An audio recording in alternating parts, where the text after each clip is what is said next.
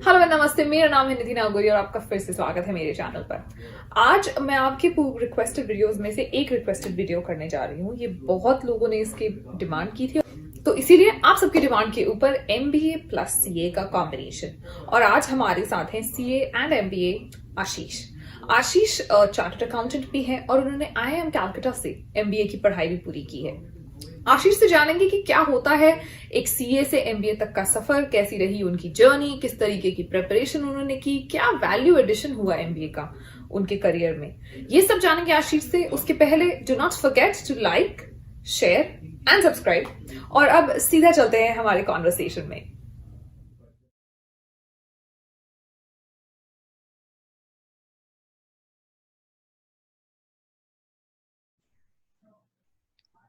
So hello आशीष, सबसे पहले thank you so much आपके टाइम के लिए। Really appreciate it. और आप काफी एक्टिव हैं लिंक्डइन पे, उसके लिए भी thank you so much. I am sure आप जो भी कहते हैं, जो भी आपके थॉट्स हैं, वो बहुत सारे स्टूडेंट्स तक पहुंचते हैं और उन्हें हेल्प करते हैं। So thanks a lot. And सबसे पहले प्लीज हमारे ऑडियंस को अपना इंट्रोडक्शन दीजिए। तो firstly thank you Nidhi for having me on your आपके अपने एपिसोड इस पर यूट्यूब के इस एपिसोड पे। सो मेरे बारे में मेरा नाम आशीष झुंझुनवाला है। मैं कैलकाटा से हूँ। मैंने ग्रेजुएट अपनी बीकॉम की थी सेंट जेवियर्स कॉलेज कैलकाटा से। एंड उसके बाद मैंने अपने चार्टर्ड अकाउंटेंसी और कंपनी सेक्रेटरीशिप कोर्सेज किए। साथ में मैंने अपने सीएफए और एफआरएम कोर्सेज भी किए। उसके बाद मैं 2 साल तक काम कर रहा था बैंगलोर में एक इन्वेस्टमेंट बैंक में।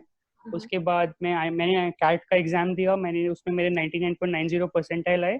उसके बाद मैं आई एम कैलकाटा ज्वाइन किया। आई एम कैलकाटा में भी मैं एक इंस्टीट्यूट रैंकर हूँ। एंड वहाँ पर मैंने काफ़ी इंटर्नशिप की एंड करेंटली मैं प्लेस्ड हूँ एक एमबीबी फर्म के साथ। एंड या so once the lockdown ends खत्म होने के बाद मैं अपनी वो फर्म को ज्वाइन कर लूंगा। Oh, that is amazing. That is amazing. So, आशीष, इतना कुछ किया आपने। Of course, BCom common है, CA शायद फिर भी common हो। फिर ये this MBA also happened. तो आपने ऐसा ऐसा क्या था CS के बाद जो जिसने आपको MBA की तरफ ड्रॉ किया? सो जब मैं अपनी मैं इन्वेस्टमेंट बैंक में काम कर रहा था। तो जब मैंने वो जॉब लिया था तो मेरे माइंड में था कि यार ये एक इन्वेस्टमेंट बैंकिंग जॉब है। सो वो फर्म में थोड़े टाइम स्पेंड करने के बाद मैंने रियलाइज किया यार एक इन्वेस्टमेंट बैंक में काम करना और इन्वेस्टमेंट बैंकिंग करना बहुत अलग अलग चीजें होती है। तो आप जब इन्वेस्टमेंट बैंकिंग करते हो बहुत ज्यादा फ्रंट एंड रोल रहता है, बहुत छोटी टीम रहती है, काम बहुत ज्यादा इम्पैक्टफुल रहता है। एंड उसके लिए नॉर्मली कंपनीज एमबीए प्रेफर करती है। सीएस को भी वो जॉब मिलते हैं लेकिन बहुत रेयर केसेस होते हैं। तो मुझे लगा कि यार अगर मैं चाहता हूँ कि फ्रंट एंड में जाऊँ तो इट्स बेटर है कि मैं वो स्किल्स लेके जाऊँ जो नॉर्मली लोग लेके जाते हैं वहां पर। सो आई थॉट कि यार चलो एमबीए करते हैं। डेफिनेटली जॉब का एम था कि अच्छी जॉब चाहिए, लेकिन था कि यार ये 2 साल में बहुत कुछ सीखने को मिलेगा, बहुत नए लोगों से मिलेंगे, प्रोस्पेक्टिव चेंज होगा लाइफ का। एंड उसके बाद एक जॉब जो भी जैसे जैसे प्लेसमेंट होगी एक जॉब मिल जाएगी, होपफुली बेटर जो पहले थी। तो मोस्ट ऑफ इट हो गया 2 साल में।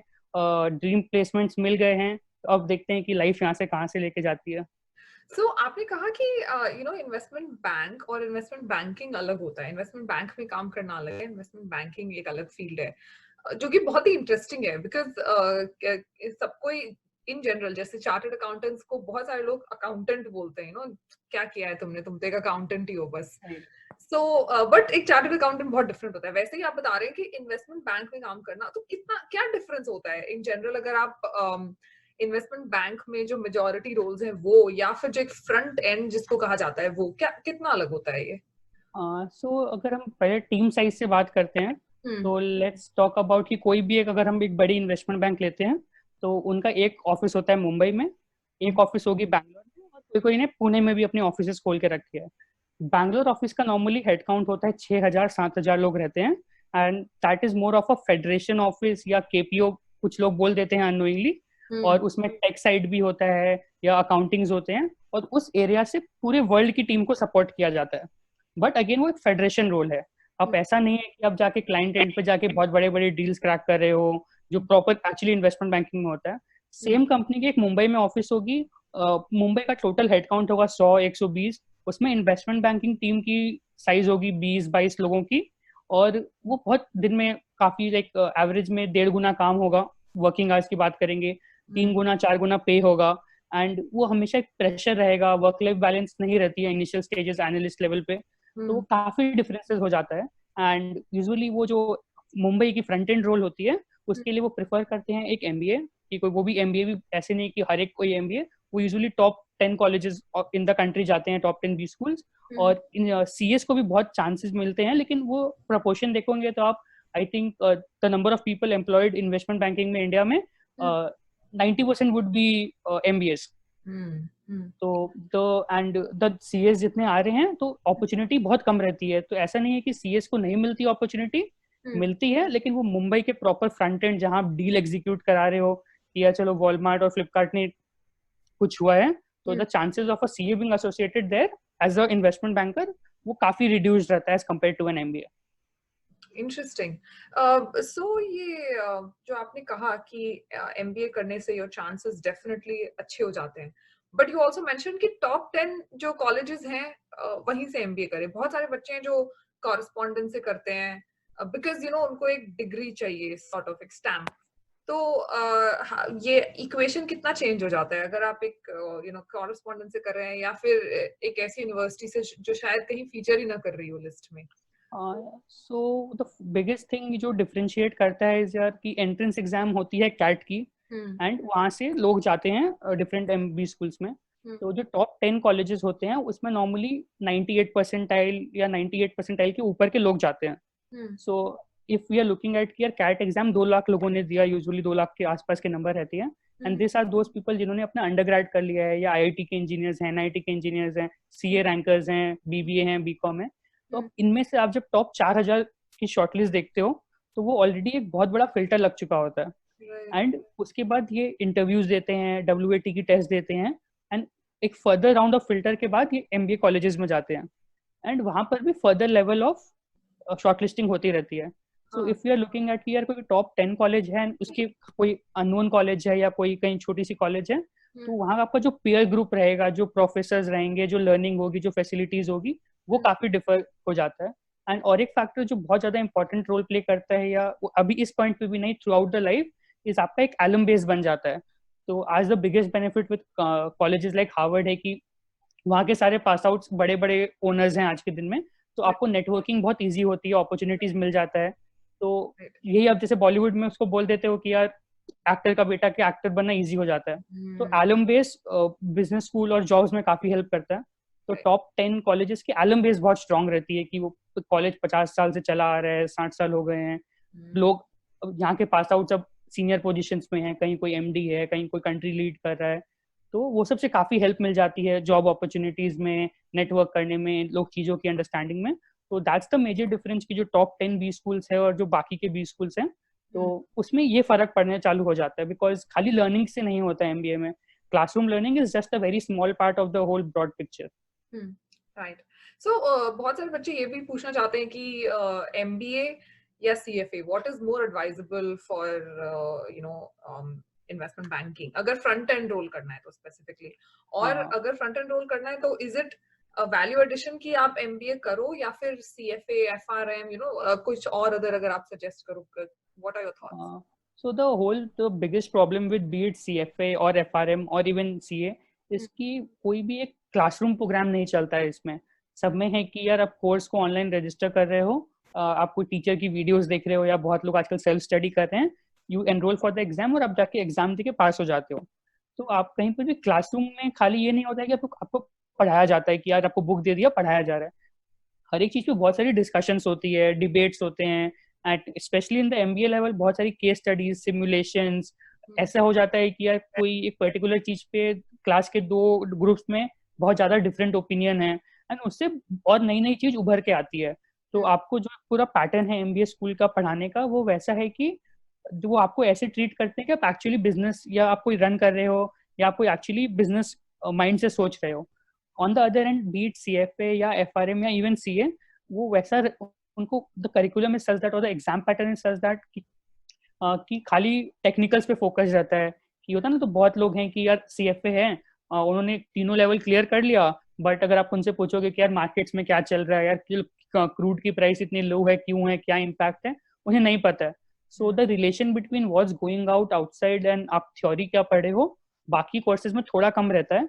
The MBA curriculum is normally design की वो रहता है. So on a personal opinion it's कि अगर आपको फ्रंट एंड में जाना है, अगर आपने इनमें से कोई कोर्सेज कर भी लिए हैं, इट्स ऑलवेज एडवाइजेबल कि आप एक MBA कर लो साथ में, तो इट इंक्रीजेज योर चांस कि आपको front end role more easily मिल जाए. राइट. एंड आप बहुत ही प्रीमियर इंस्टीट्यूट में गए. आपका CAT percentile like you said 99.90. That is not even a score. I think वो तो 100 ही है.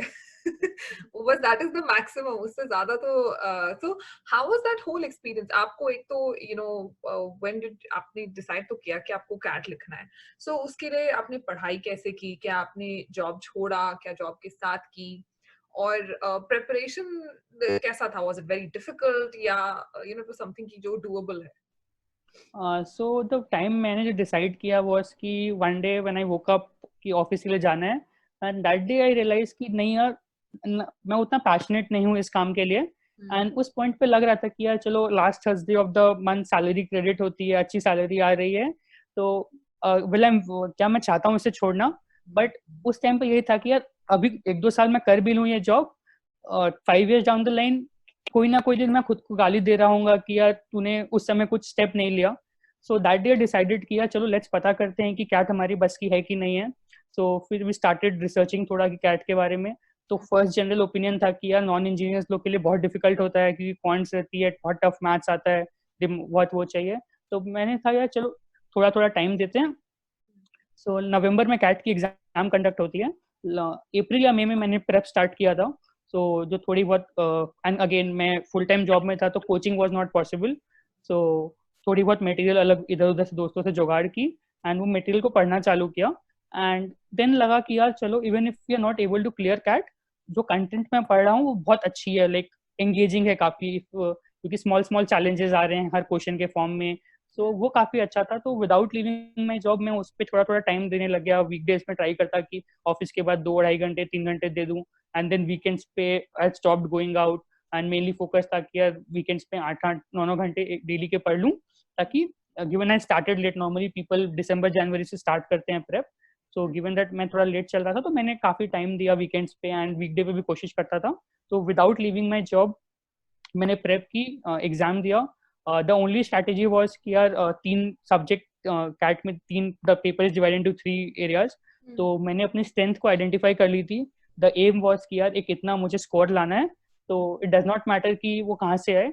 सो एक उसी माइंडसेट के साथ गया था, यार ये मेरी वीक सेक्शन है तो इसमें इतना ले आऊंगा, बाकी 2 मेरी स्ट्रॉन्ग है उसमें इतना ले आऊंगा. थिंग्स वर्कड एग्जाम में, जैसा स्ट्रैटेजी थी वो एग्जीक्यूट हो गई एंड फिर रिजल्ट्स आए तो the score was there. Difficult नहीं होता है, बहुत लोग बोलेंगे इंजीनियर्स के लिए इजी है, नॉन इंजीनियर्स के लिए बहुत चैलेंजिंग है. जस्ट एक तो वो बलून बनाया हुआ है कि नॉन इंजीनियर्स नहीं कर सकते हैं. आई फील कि अगर आप थोड़ा भी एफर्ट डाल रहे हो, एंड गिवन मेरा पर्सनल मानना है कि यार जो CA कंप्लीट किया है वो नंबर्स के साथ बहुत स्ट्रांग है. So you definitely I feel कि CAs have an advantage in the couple of sections. जो लोग बोलते हैं इंजीनियर्स को एडवांटेज है, मुझे लगता है CAs को एडवांटेज है. तो आई फील थोड़ी हार्ड वर्क के साथ 99 इज इजीली आ सकती है. बट आपने 98% 6 months प्रेप किया था, 6-7 months? 6 months या. ओके. एंड आपको ऐसा लगा कि for a regular CA student, मतलब क्योंकि हम सीएस के जर्नी से बात कर सकते हैं, इंजीनियर्स तो वी डोंट नो, सो उनके लिए आप कहते हैं कि डूएबल है? Were there any specific subjects और any specific topics that you remember जो कि आपको लगा कि यहाँ सीए की स्ट्रेंथ है, या फिर overall? Of course you mentioned that numbers were 100% strong. So बहुत जो क्वेश्चंस आते हैं वो लाइक यूजुअली कोई फार्मूला बेस्ड नहीं रहते हैं. सो 2 सेक्शंस में बीट क्वांट्स और DILR. So it was more कि आप कोई जुगाड़ू टेक्निक से कर लोगे तो you are saving on a lot of time. So मेरा पर्सनल मानना था कि यार CS की एक सिक्स सेंस होती है, या जो एक एस्टिमेशन बोलते हैं वो बहुत बेटर होती है, क्योंकि हम कॉस्टिंग करके आ रहे हैं, अकाउंटिंग किया है, SFM किए हैं.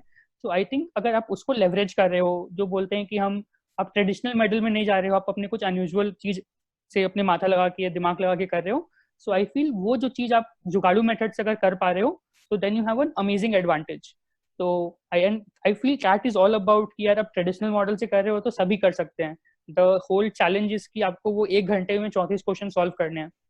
सो आई थिंक CS का वहाँ एडवांटेज है कि उनका जो रूट लाइक एक एस्टिमेशन पावर है, आई फील कि वो थोड़ा बेटर है कंपेयर टू अदर्स. क्योंकि बहुत नंबर से हम 4 साल खेल लेते हैं। सो वही एम था कि यार अगर मतलब कोई स्पेसिफिक टॉपिक नहीं है, बट हाँ ओवरऑल जो अप्रोच रहता है वो सीएस के लिए थोड़ा इजी लगता है मुझे। ओके।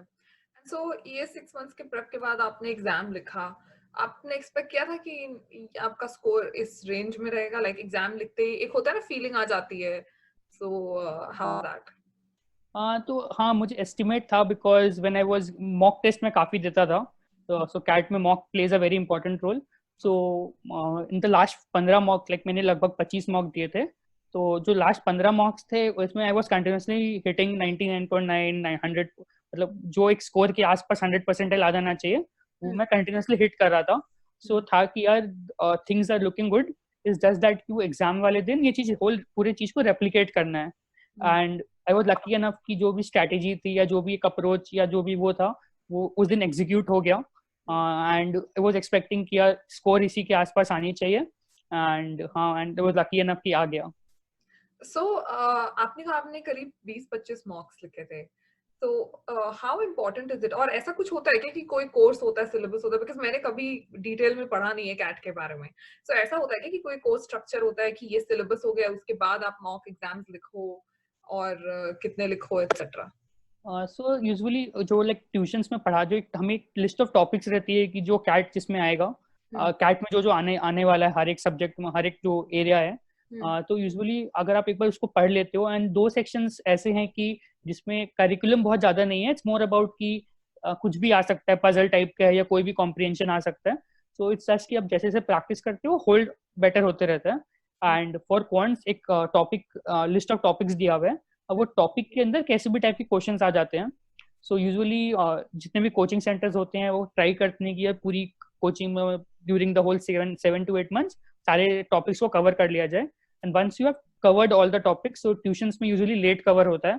इवन कि मैंने पर्सनली प्रिपेयर किया था, लाइक अपने आप प्रिपेयर किया था, तो मैंने स्टार्ट करने के 2 महीने के अंदर ही अपनी सिलेबस का जो फर्स्ट बोलते हैं कि एक बार मैंने गो थ्रू कर लिया, एंड साथ ही साथ फिर मैंने रिवीजन चालू की और मॉक्स देते रहा। तो मॉक्स से मुझे पता चल गया यार मुझे हर एक मॉक के बाद पता चलता है मेरी स्ट्रैटेजी क्या होनी चाहिए या मेरा अप्रोच क्या होना चाहिए, because mock is the exact replica of what would be there on the CAT day, the exam day. So मैं जो फर्स्ट मॉक के समय जो मेरी स्ट्रैटेजी थी, एंड जो लास्ट या जो मेन डे के दिन मेरी जो स्ट्रैटेजी थी वो काफी इट हैड पूरा रिवैम्प हो गया था वो 25 मॉक के दौरान। So mock is just helps you कि आप वो एग्जाम पैटर्न से या एग्जाम के अप्रोच से आप मोर कंफर्टेबल हो जाओ।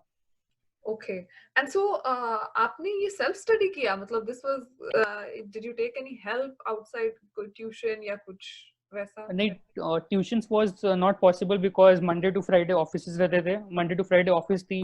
एंड ऑफिस मीन्स कि यार आप सुबह अगर 11 o'clock स्टार्ट कर रहे हो, रात को 11 साढ़े 11 बज जाते थे आते आते घर वापस। एंड वीकेंड्स पे अगर मेरा था कि अगर मैं अभी वीकेंड्स पे ट्यूशन कर रहा हूँ एंड ट्यूशन मेरा सितंबर तक चल रहा है, तो I won't get a lot of time to self study. तो उस समय मैंने किया कि नहीं यार, मेरे दोस्त ट्यूशंस ले रहे थे, तो मैंने उनकी मटेरियल्स ले ली कि रेफरेंस के लिए। एंड अरुण शर्मा बोल के, अरुण सर की एक किताब आती है जो जिसको बोलते हैं रामबाण है कैट के लिए। तो वो किताब से मैंने बहुत प्रैक्टिस किया, and the whole aim was कि यार ट्यूशंस जाने की जगह लेट्स सेल्फ प्रैक्टिस, काफी लर्निंग होती रहेगी। तो वही था कि यार ट्यूशंस मत लो, बट हाँ more devote more time for self study. That is amazing.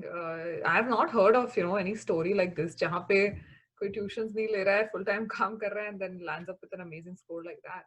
So okay, so all of that hard work paid off. Your scores came out. आपके scores star class थे.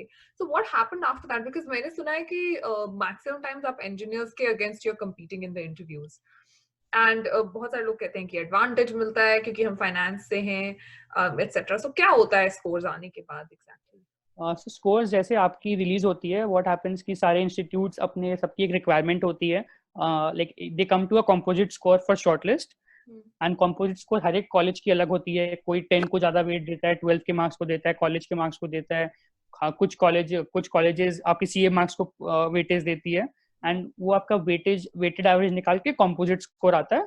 And based on the number of shortlist जो college देना चाहती है उस पर cut off आती है, and if you are making the cut off आपको शॉर्टलिस्ट आ जाती है, that makes you eligible for the interview.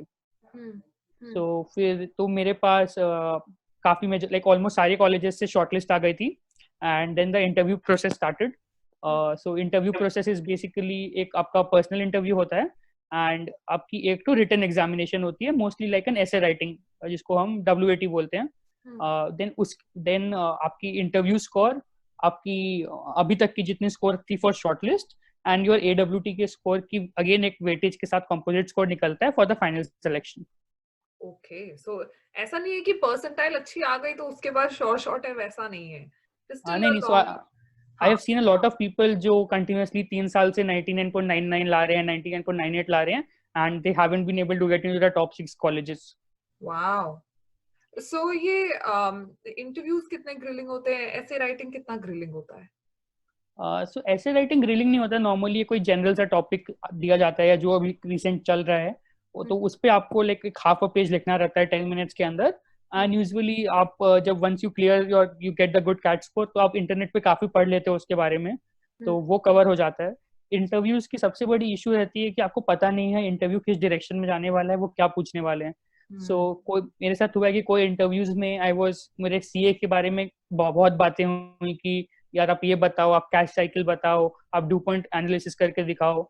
And कोई इंटरव्यू में ऐसा भी हुआ कि the interviewers, again it's not necessary कि वो फाइनेंस से है. सो ऐसा था कि यार कोई एक इंटरव्यूअर को लगा कि CAs को इकोनॉमिक्स के बारे में बहुत पता होता है एंड स्टार्ट्स उनकी बहुत स्ट्रांग रहती है.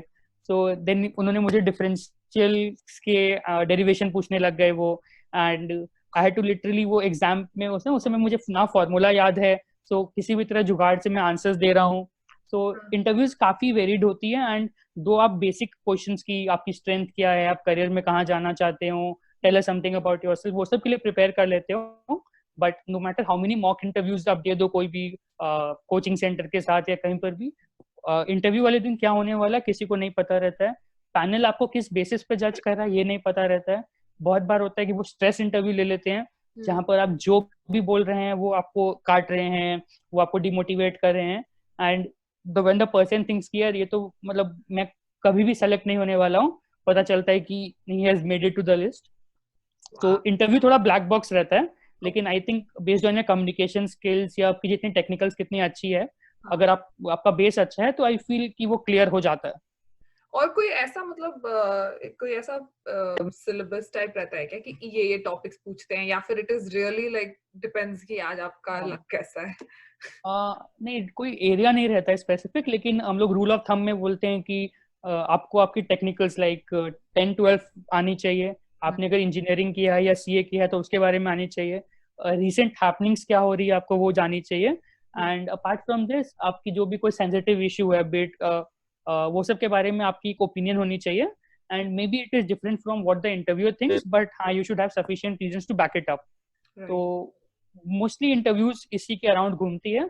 लेकिन अब वो रिसेंट इश्यूज में वो क्या पूछ रहे हैं, लाइक हमारे टाइम पे नीरव मोदी का बहुत चला हुआ था, तो बहुत लोग नीरज मोदी के बारे में प्रेप करके जा रहे थे. लेकिन लाइक 1-2 इंटरव्यूअर्स ने विजय माल्या के बारे में पूछ लिया जो साल भर पहले की बात थी, तो 2017 के बाद की पूछ लिया एंड पीपल नहीं आंसर कर पा रहे थे कि उन्होंने नीरव मोदी प्रेप किया था.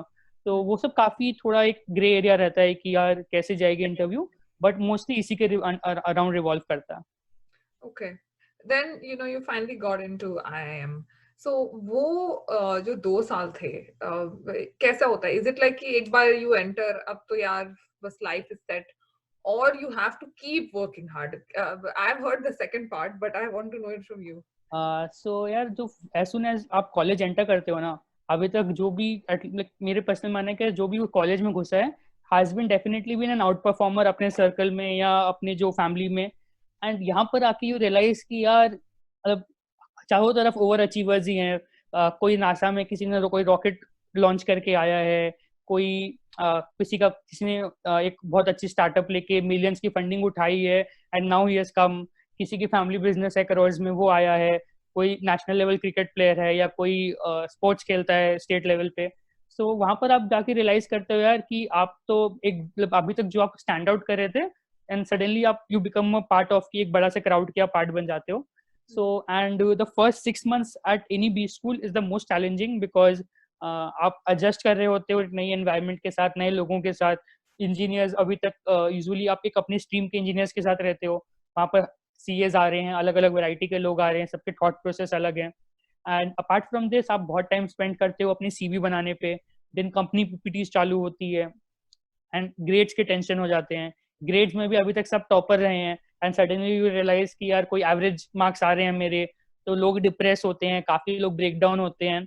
एंड वो फर्स्ट जब तक आपकी समर इंटर्नशिप नहीं लगती है तब तक इट्स लाइक कि मतलब मैं उस प्रोसेस में काफी बार मैं ब्रेक डाउन हुआ, but with the help of friends even family आपके सपोर्ट सिस्टम थे आप उसको ओवरकम करते हो। And every time you overcome such an obstacle या कोई भी डिप्रेशन को आप ओवरकम करते हो, then you realize कि यार you have become stronger than before. So I think in the shaping of the whole process कि आप mold कैसे हुए 2 साल में, the first 6 months 7 months of your B school really plays a very important role.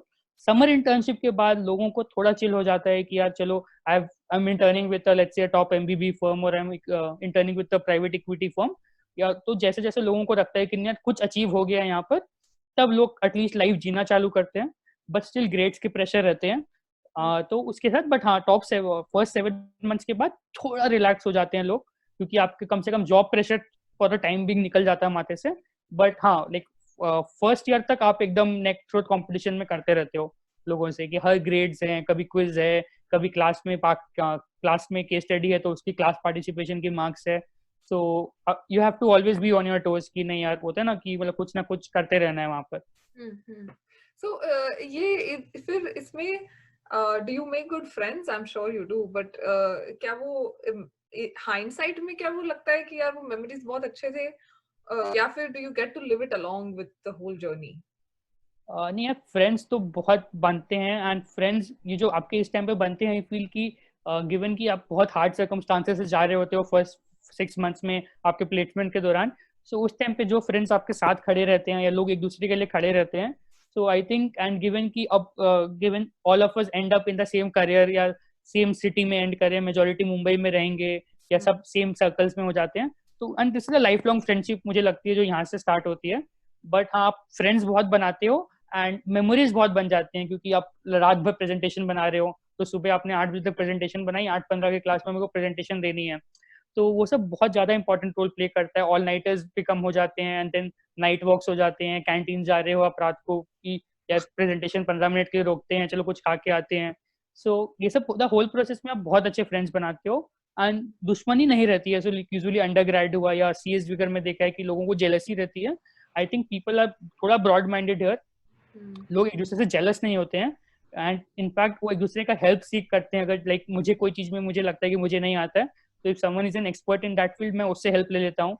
So CA में मैं usually ये चीज काफी डिफरेंस देखी है कि यार सीए में भी लोग हेल्पफुल होते हैं, but there is always a competition कि यार मैं ज्यादा ले आऊँ, मैं ज्यादा वो ले आऊँ। तो यहाँ पर थोड़ा कोलैबोरेटिव लर्निंग की तरफ एक तो ग्रेजुअल शिफ्ट हो जाता है लोगों का।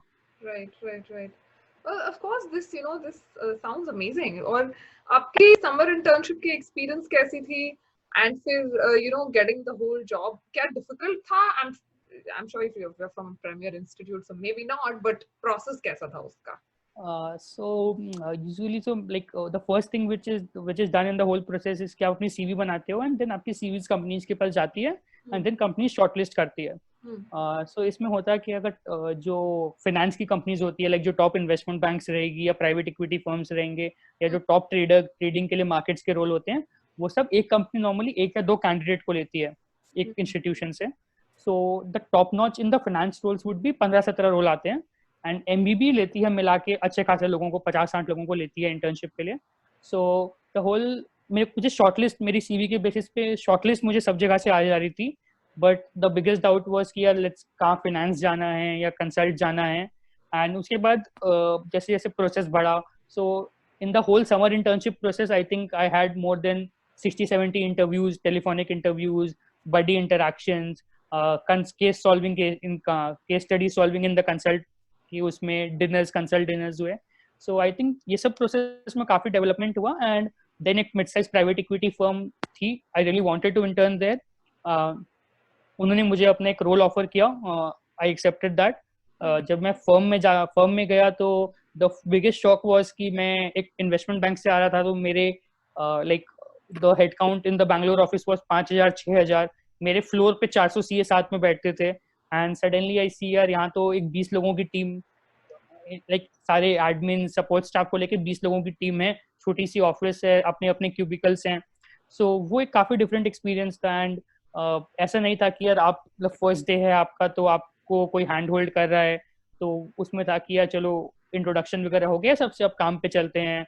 एंड आप सडनली आपको चीज देते जा रहे हैं कि चलो यार ये कंपनी में हम इन्वेस्ट करने का सोच रहे हैं, इसके सीईओ की नंबर ये है, इससे आप बात करके डिस्कस करो कि कंपनी कहाँ जा रही है, आपको क्या प्रोस्पेक्ट लगता है। सो वो 2 महीना में आई ended up interacting with 5-6 startups owners. And एक दो ओनर्स ऐसे थे कि यार जिनकी कंपनी को 200-300 मिलियन की फंडिंग मिल चुकी है। सो सडनली लाइक एक फेडरेशन ऑफिस से यहाँ पर आना कि आप एकदम स्टार्टअप ओनर्स लोग से बात कर रहे हो। आप I ended up working with a preschool chain का सीईओ के साथ मैंने काम किया, the largest preschool chain in India. So उससे मैं डेली बेसिस पे इंटरेक्ट कर रहा हूँ, मीट कर रहा हूँ। सो वो सब एक बहुत ज्यादा अलग एक्सपीरियंस था कि यार अबव ऑल की जो लर्निंग्स थी, लेकिन जो कितना प्रिविलेज फील किया यार okay I am in a privilege position to do all this, वो बहुत अच्छा फील था उसका। Wow, wow. But so this definitely sounds very exciting. तो ये proportion क्या होता है कि कितने सीएस अभी आपको लग रहा है कि आईआईएम में और या प्रीमियर इंस्टीट्यूट में सीए ज्यादा हैं, या फिर डाइवर्सिटी आपका बैकग्राउंड क्या है, जेंडर बहुत जगह तो जेंडर कोटा है etcetera. So what do you think एक सीए के लिए या एक सीएस के लिए, जो भी हम फाइनेंस के बच्चे हैं, do you think that MBA is still something जो कि आप वहां जाके कुछ नया सीख सकते हो? यार एमबीए में सीखने को बहुत कुछ है, because finance like first year में इटसेल्फ हम अप्रोक्सीमेटली 20 सब्जेक्ट्स पढ़ते हैं डिवाइडेड इनटू 3 ट्राइमेस्टर्स। वाह। एंड 20 में गिन के 2 फिनेंस के हैं। So you and up reading आप एक कोर्स एनवायरनमेंट के बारे में करते हो, आप 3 कोर्स प्रोडक्शन के बारे में करते हो, एक कोर्स ऑपरेशन के बारे में करोगे, एक सप्लाई चेन के बारे में करोगे, आईटी के बारे में करोगे, मार्केटिंग के बारे में करोगे। तो you suddenly start to have a holistic perspective of things. तो लाइक यू सडनली रियलाइज किया ओके फाइनेंशियली तो ये एक ऑप्शन बहुत वाइबल लग रहा है, लेकिन when you start looking it at कि आप ऑपरेशंस मार्केटिंग जो बाकी डिपार्टमेंट्स को भी साथ में ले आते हो, it may not be the most viable option वो एक प्रॉपरली कुछ भी अप्रोच करने के लिए। सो आई थिंक फर्स्ट ईयर में सबसे बड़ा चेंज वही होता है कि जो फाइनेंस और नंबर जो मैं सबसे पहले देखता था कोई भी चीज में, अगर एक केस स्टडी भी दी है तो द फर्स्ट आइडिया वाज किया चलो एग्जिबिट्स खोलो, इसके फाइनेंसेस देख लेते हैं पहले। अब वो होता है कि यार चलो पहले क्वालिटेटिव एनालिसिस कर लो, क्या सेंसिबल है, सॉर्ट कर लो, पोर्टर कर लो, सब कुछ कर लो। एंड लास्ट में अगर कुछ स्कोप बचा है, टाइम बचा है, तो हम लोग फाइनेंशियल्स देखते हैं। So the whole perspective of things have changed. वो जो आपकी लर्निंग रहती है 2 साल में, वो बहुत रहती है एंड डिफरेंट लर्निंग रहती है actually compare to C and C S. Okay, okay, that is amazing. And what are your closing notes? I also have some questions जो लोग specifically पूछना चाहते हैं, but in general आपके closing thoughts क्या हैं? Because बहुत सारे बच्चे actual में डरते हैं, to be very honest. एक तो उन्हें लगता है कि this is 2 years of commitment, which is 2 years of going unpaid. You've taken that decision, but बहुत लोग जो है डरे रहते हैं कि is it worth it? So really, what are your thoughts on that? Yeah, so when I was planning to leave my job, when I started to prep for CAT, मैंने proper एक्सेल्स बना के डिफरेंट सिनेरियो एनालिसिस करके कि returns क्या होंगे, कितनी investment होगी, सब मैंने कैलकुलेट किया था। एंड रोज एक नया पर्सपेक्टिव देता था वो उस एनालिसिस को। देन समवन टोल्ड मी एक चीज यार कि आपकी पूरी इन्वेस्टमेंट कितने की होगी। तो मेरा कैलकुलेटेड था कि यार 70 लाख का इन्वेस्टमेंट है, बिकॉज 40 लाख में 2 साल जॉब में छोड़ रहा हूँ एंड 30 लाख रुपए में कॉलेज फीस, एक्सचेंज प्रोग्राम और सबको लेके 70 लाख मेरा कॉस्टिंग पड़ेगा। एंड ही इज लाइक कि एंड आप जब आपको पैकेज अच्छा मिलेगा when you pass out from here, वो लाइक मोस्ट प्रोबब्ली पैकेज मेरी बेटर रहेगी। सो ही वाज लाइक कि यार आपको एक चीज पता है कि 5 years 7 years down the line you will be earning 70 lakhs per year. And उस समय आप हमेशा ये रिग्रेट करोगे कि यार 1 साल की सैलरी के लिए आपने एक डिफरेंट करियर ट्रैजेक्टरी छोड़ दिया। So for a lot of people who are currently in high paying jobs या जो सोच रहे हैं कि 2 साल या कोई फाइनेंशियल चैलेंजेस या बर्डन है, यार 2 साल will be difficult, but again आपको बैंक्स लाइन लगा देती है लोन देने के लिए once you make it to any of the top colleges. So you have to actually decide कि कौन से बैंक से लेना, बिकॉज एवरीवन इज ट्राइंग कि आपको लुभा दे कि यार मैं आपको ये बेनिफिट दे रहा हूँ, वो दे रहा हूँ। And you again earn money on your internship के समय आप पैसे कमाओगे थोड़े बहुत, आप कंपटीशन से पार्टिसिपेट करोगे तो बहुत स्कॉलरशिप मिलती है। मुझे सिटी लीडर अवार्ड में बहुत अच्छा, like half of my MBA cost got covered by city leader award. Wow. मेरे इंटर्नशिप में मुझे इतने पैसे मिले कि good chunk of my college fees got covered. So the whole aim is कि यार मतलब financially 5 years down the line अब करियर में इतना डिफरेंस हो जाएगा कि it would make economic sense. So financially मैंने बहुत एनालाइज किया, तो फाइनेंस वाली चीज में आप जाना मत कि यार वेदर इट मेक सेंस और not. Do work hard, and if you are actually wanting to do an MBA, यार नथिंग इज डिफिकल्ट. आप मेहनत करो, कैट दो, prep for it, interviews clear करो, go to a B school, and gradually 5 years down the line you will realize कि यार this was the best decision that you have taken in your life. No, I am sure this was the best decision that you've definitely taken in your life. Because you know, जिस तरह से आप इसके बारे में बात करते हो, the passion really comes out, and I'm so glad you did it, and I hope इसके बाद बहुत सारे जो students हैं, you know, वो भी इसके बारे में सोचेंगे. So हमने बहुत सारे questions यहाँ पे cover कर लिए, but I'm just trying to see अगर कुछ और. So job opportunities, if you've completed MBA from IIM and if you're a CA, do they differ from you know, job opportunities that you get if you're an engineer? This is from Nabedya, so I don't know what you think about that. Is it कोई फर्क पड़ता है? नहीं, ऐसा job opportunity सबके लिए रहती है. इज जस्ट दैट कि when you are a CA, so your chances of getting a shortlist in companies definitely increases, and until you get a shortlist, to do anything is very difficult. So कोई भी जो भी top most sought after roles रहते हैं, be it investment banking, trading desk, private equity, top consult firms, ये normally 30 से 40 लोगों को शॉर्टलिस्ट करते हैं for the processes. So normally majority of the CAs are able to make the cut in these companies, and until you get a shortlist you cannot interview with the firm. So I feel कि for a CA the number of shortlists that they get is more, but again engineers को भी बहुत सारी shortlist आती है, given उसने कहाँ से, उसकी work ex कहाँ से है, उसके scores क्या हैं undergrad वगैरह में. But opportunity सबके लिए रहती है, and there are enough offers on campus to cater to everyone. Okay, that is excellent. Family life कैसे डिफर हो जाती है? मैं आपके साथ योर पर्सनल लाइफ और आपकी फैमिली लाइफ. सो इन ये 2 साल में डेफिनेटली आप फैमिली से बहुत कमती मिलने जाते हो. प्रॉब्ली 2 साल में आप लोग 3 या 4 बार मिल पाते हैं फैमिली से. So but like firstly the family is very proud कि आप एक प्रीमियम इंस्टीट्यूट में पढ़ रहे हो. So everyone is ready to bear that pain, and that like the WiFi is amazing. So video call, like this is the best. The whole quarantine process has made us realise कि यार video call से भी the same closeness रहती है आज के दिन में. And above all, within the campus you make a separate family, so you realize that here you are celebrating your first Holi, Diwali, your first birthday with a family away from family. So that's the biggest thing कि यार मतलब आप जिस दिन रहोगे you will realize कि यार 50 लोग आपको हेल्प करने के लिए खड़े हैं. आपके बर्थडे होंगे, यूजुअली घर पे 5-7 लोग सेलिब्रेट कर रहे होते हैं, वहां पर लिटरली 100 जन आके आपके साथ बर्थडे सेलिब्रेट कर रहे होते हैं. And every like her festival में 400-500 लोग साथ में गैदर होकर मनाते हैं. सो आपको जो आपकी करंट फैमिली है, आपकी जो ओरिजिनल फैमिली है, उससे आप डेफिनेटली दूर होते हो, but you definitely become a part of a much bigger family and they love you a lot. Okay, so you know, that definitely answers the question, and you know, I think we've covered almost everything. Yep. Work profile, yes, I will.